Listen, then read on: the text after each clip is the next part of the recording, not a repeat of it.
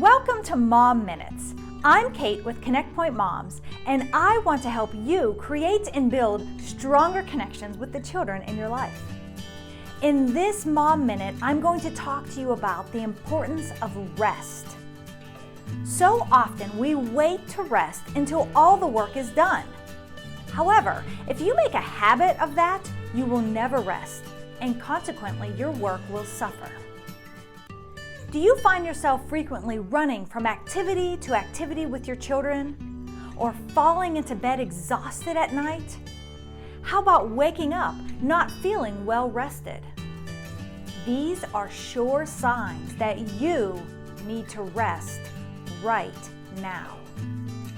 Don't try to finish all the work so you can rest. Rest so you can finish all the work.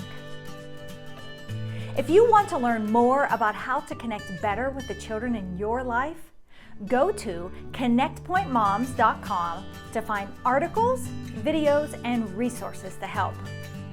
I'm looking forward to connecting